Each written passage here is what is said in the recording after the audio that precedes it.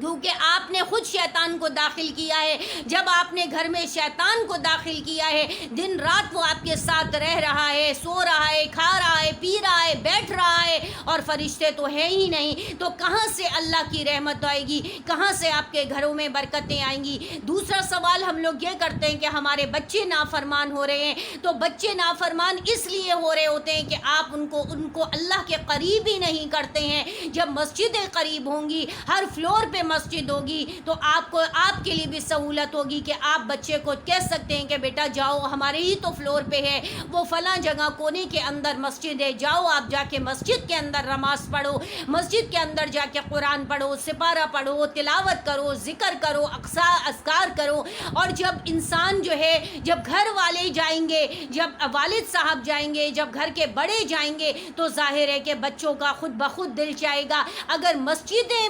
ہر floor پہ ہوں گی، جو 17 منزلہ عمارتیں ہیں، جو 18 منزلہ عمارتیں ہیں، جو 20 منزلہ عمارتیں ہیں، تو ہر فلور پہ مسجد بنائیے، ہر فلور کو مسجد سے آباد کیجیے. گھروں کے اندر، ہر فلیٹ کے اندر ایسا ایک گھر کا مخصوص کونا ہونا چاہیے جس کے اندر عورتیں اپنی عبادت کر سکیں اور مرد بھی وہاں پہ بیٹھ کے اپنی عبادت کر سکیں. تو آپ اپنے گھروں کو مسجدوں سے آباد کریں، اپنے گھروں کے اندر مسجدیں بنائیں، تو اللہ جنت میں آپ کے محل بنا دیں گے. وہ لوگ جو کنسٹرکشن کا کام کرتے ہیں، اگر وہ دنیا میں لوگوں کو راغب کریں گے، موٹیویٹ کریں گے، تو اللہ ان کو قیامت کے دن جنت میں ان کا محل بنائیں گے. اس کے بارے میں آپ کو ایک واقعہ سنانا چاہتی ہوں کہ ایک بزرگ تھے، وہ ایک جگہ سے گزر رہے تھے، گرمی بہت تھی، گرمی کے دن تھے، بہت زیادہ گرمی ہو رہی تھی. ایک نوجوان کو دیکھا کہ بہت زیادہ حسین اور خوبصورت نوجوان ہے، گرمی کی وجہ سے اس کا چہرہ سرخ ہو رہا ہے، لیکن وہ اپنا گھر بنوا رہا ہے. بہت ہزاروں ایکڑ پہ اس کا گھر تھا جو بہت خوبصورت تعمیر کروا رہا تھا، مزدوروں کے ساتھ بیٹھا ہوا تھا. وہ بزرگ، وہ اللہ والے جو ولی تھے، وہ اس نوجوان کے پاس گئے اور انہوں نے کہا کہ اے نوجوان، یہ کیا کر رہے ہو؟ تو اس نے کہا اپنا گھر بنوا رہا ہوں. پھر انہوں نے اس سے بات چیت کی، سوالات جوابات کیے، اور اس سے کہا کہ اگر تم یہ گھر بنوانا چھوڑ دو، اس کی جگہ تم مسجد بنا دو، تو کیا تم چاہو گے کہ اللہ تمہیں اس سے زیادہ حسین جنت میں محل دے دے؟ تو وہ نوجوان ایک لمحے کے لیے سوچ میں پڑ گیا. اس نے کہا کہ آپ کیا اس بات کی گارنٹی دیتے ہیں کہ اگر میں یہ زمین اور یہ تعمیر کرنا چھوڑ دوں گا اور اس کی جگہ میں مسجد کے لیے یہ زمین وقف کر دوں گا یا مسجد بنوا دوں گا، تو اللہ مجھے جنت میں محل دیں گے؟ تو بزرگ نے کہا، وہ ولی نے کہا کہ میں تم کو اس کو لکھ کر کے دیتا ہوں کہ اللہ اپنے وعدے کے خلاف نہیں کرتے. انک لا یخلف المیعاد، انک لا تخلف المیعاد. اگر تم ایسا کرو گے تو اللہ اس سے کہیں 10 گنا تمہیں حسین محل جنت میں بنا کے دے دیں گے. تو اس نوجوان وہ تیار ہو گیا. اس نے کہا بزرگ آپ مجھے اس کو ایک پرچے کے اوپر لکھ کر کے دے دیجئے. بزرگ نے پرچے کے اوپر لکھ کر کے دے دیا کہ اے اللہ، یہ نوجوان جو بہت خوبصورت ہے، بہت خوبصورت نوجوان، یہ اپنا خوبصورت گھر بنا رہا تھا، لیکن اب یہ آپ کا گھر تعمیر کروائے گا، تو میں جو ہے آپ اس کو اس کے بدلے اس کا حسین، بے تحاشا حسین جو ہے، اس سے 10 گنا بڑا جو ہے محل اس کو آپ جنت میں دیں گے. اور بزرگ یہ لکھ کر کے چلے گئے. اس نوجوان نے اپنی اس تعمیر کو چھوڑ دیا اور جو ہے وہ گھر واپس چلا گیا. کچھ دنوں کے بعد کیا ہوا کہ اچانک سے اس نوجوان کی طبیعت خراب ہوئی اور اس کا انتقال ہو گیا. اس کے انتقال سے پہلے اس نے جو ہے اپنے گھر والوں کو وصیت کی کہ میرے پاس ایک پرچہ ہے اور جب میں مر جاؤں تو وہ پرچہ میرے کفن کے اوپر رکھ دینا. گھر والوں نے وہ جب اس کا انتقال ہو گیا، اس کو تدفین کر دی، تو وہ پرچہ جو ہے اس کے کفن کے اوپر رکھ دیا. پھر کیا ہوا کہ رات ہی کو خواب میں کفن دفن کر کے گھر والے تو واپس آ گئے. اس کے ساتھ ہی اسی کے جیسا ایک خوبصورت نوجوان جو اس کے چچا کا بیٹا تھا، اس کا کزن تھا، اس نے اس کو خواب میں دیکھا کہ وہ نوجوان، اس کا جو چچا زاد بھائی ہے، وہ حسین و جمیل کپڑے پہنے ہوئے ہے، سر پر حسین و جمیل قیمتی جو ہے تاج ہے اور گلے میں ہار ہیں اور زیورات سے ادا ہوا ہے، اور اتنا بڑا، اتنے کروڑوں کے ایکڑ پہ کنال پہ اس کا اتنا بڑا محل ہے، اتنی زیادہ خوبصورت حوریں ہیں، غلمان ہیں، خوبصورت پرندے ہیں، خوبصورت چیزیں ہیں۔ وہ بڑا ہی حیران ہوا کہ یہ کون نوجوان ہے، کیا ہے، یہ کون ہے، یہ محل، کہ وہ اس کی آنکھیں جو ہے وہ نہیں دیکھ پا رہی تھی اس محل کی خوبصورتی، اس محل کی چیزوں کی خوبصورتی، وہ اس کو برداشت نہیں کر پا رہا تھا۔ بالآخر وہ جو ہے اس اپنے کزن کو پہچان گیا، اس کے کزن نے اس کو سلام کیا اور اس نے کہا کہ کیا تم مجھے پہچانتے نہیں ہو، میں دنیا میں تمہارے فلاں چچا کا بیٹا تھا۔ وہ حیران رہ گیا، اس نے کہا کہ تم، یعنی یہ تم ہو،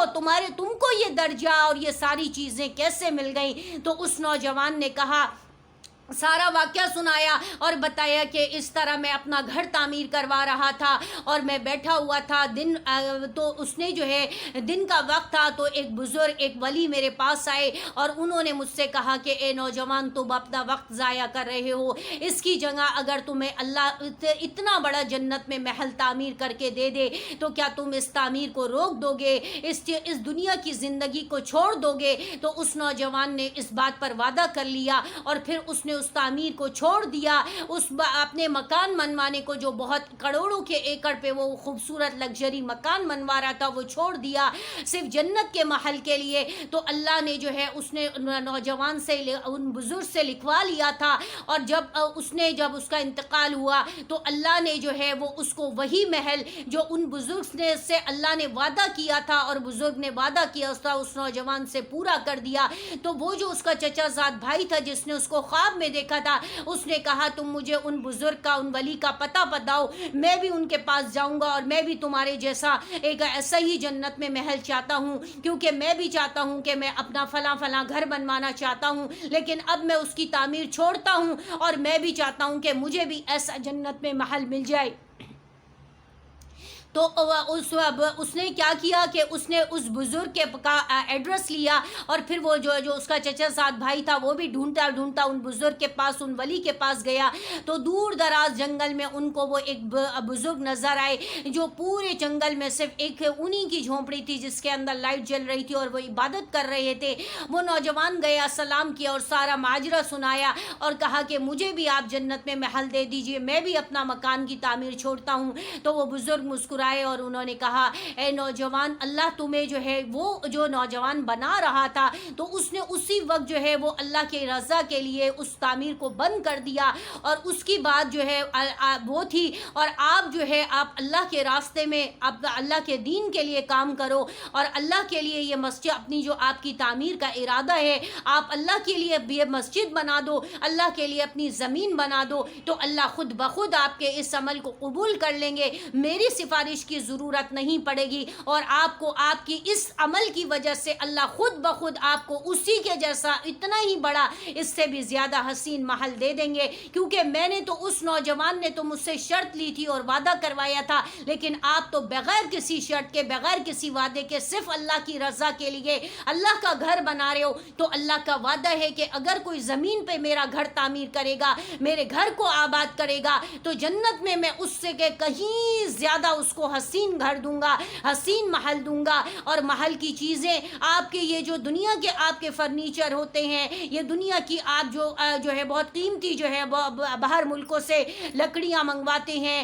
اور وہاں کی جو ہے وہ چیزیں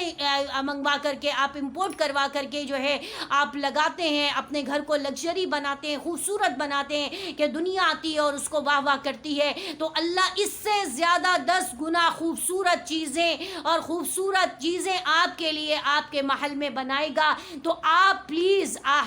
کسی سے میری یہ ریکویسٹ ہے کہ جو لوگ بھی آج یہ دیکھ رہے ہیں، سن رہے ہیں، جن تک میری بات پہنچ چکی ہے، تو وہ آج سے ارادہ کر لیں کہ اپنے گھروں کے اندر مسجد بنائیں گے، اپنے گھروں کو مسجدوں سے آباد کریں گے، اور اس کے علاوہ اگر وہ جو صاحب استطاعت ہیں، صاحب مال ہیں، کنسٹرکشن کی کمپنیاں چلا رہے ہیں، کنسٹرکشن کی کمپنیوں سے تعلق ہے، یا ٹھیکیدار ہیں یا وہ لڑکیاں یا وہ خواتین جو انجینئر ہیں اور وہ خود کنسٹرکشن کرواتی ہیں، تو وہ آج سے ارادہ کر لیں، نیت کر لیں کہ اپنے لیے سب سے پہلے اپنے گھروں میں مسجدیں بنائیں گی، دین پھر اللہ کی زمین کو مسجدوں سے آباد کریں گی، اللہ کے گھروں کو آباد کریں گی، اللہ کی زمین کو اللہ کے گھروں سے آباد کریں گی۔ تو اللہ کا وعدہ ہے کہ جنت میں جتنے آپ اللہ کے گھر زمین میں بنائیں گے، اللہ جنت میں اتنے محل آپ کے لیے بنائیں گے، اور اللہ کا وعدہ جھوٹا نہیں ہے۔ انک لا یخلف الميعاد، انک لا تخلف الميعاد۔ اس طرح کے بہت سارے واقعات ہیں، بہت سارے واقعات سے کتابیں بھری پڑی ہیں، تو آج میں نے آپ کو ایک ہی واقعہ سنایا ہے، انشاءاللہ وقتاً فوقتاً آپ لوگوں کو اور بھی واقعات سناؤں گی تاکہ آپ لوگوں کے لیے یہ واقعات انسپریشن بنے اور آپ کے اندر یہ بھی یہ اسپرٹ پیدا ہو کہ آپ بھی اللہ کا گھر تعمیر کرنے والے بنیں۔ وہ ہر گھر میں مسجد بننی چاہیے، اور اس کے علاوہ ہر فلور پہ مسجد بننی چاہیے، ہر گلی کے اندر کم از کم 2 مسجدیں ہونی چاہیے کہ لوگوں کو سہولت ہو اور لوگ جو ہے آسانی کے ساتھ مسجدوں میں جائیں، اور مرد حضرات مسجدوں میں جا کے نماز پڑھنے کا اہتمام کریں، اور خواتین اپنے گھروں کی میں جو ہے گھروں میں مسجد بنائیں اور اپنے گھروں کی مسجدوں میں اپنے گھروں کی مسجدوں کو آباد کریں اور وہاں پہ نمازیں پڑھنے کا، ذکر کرنے کا، اذکار کرنے کا اہتمام کرے۔ آپ دیکھیے گا کہ آپ کے جانے کے بعد دنیا میں آپ کی وہ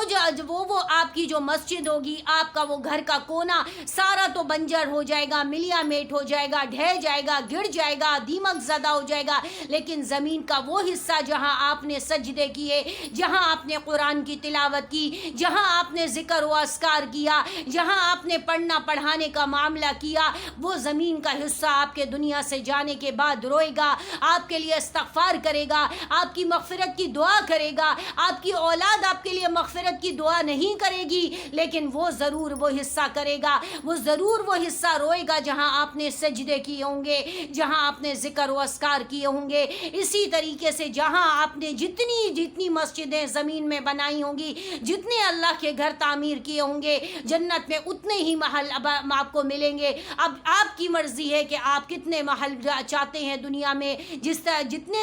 گھر دنیا میں تعمیر کریں گے، جتنی مسجدیں آپ گھر میں دنیا میں بنائیں گے، اتنے محل ہے۔ اگر 10 محل چاہتے ہیں تو 10 مسجدیں بنا لیے، اگر 100 محل چاہتے ہیں تو 100 بنا لیجئے۔ ایک محل اتنے ایکڑ پہ ہوگا کہ آپ کا ایک گھر بھی اتنے ایکڑ پر نہیں بن سکتا جتنا بڑا وہ آپ کا محل ہوگا۔ وآخر دعوانا الحمدللہ رب العالمین۔ السلام علیکم ورحمۃ اللہ وبرکاتہ۔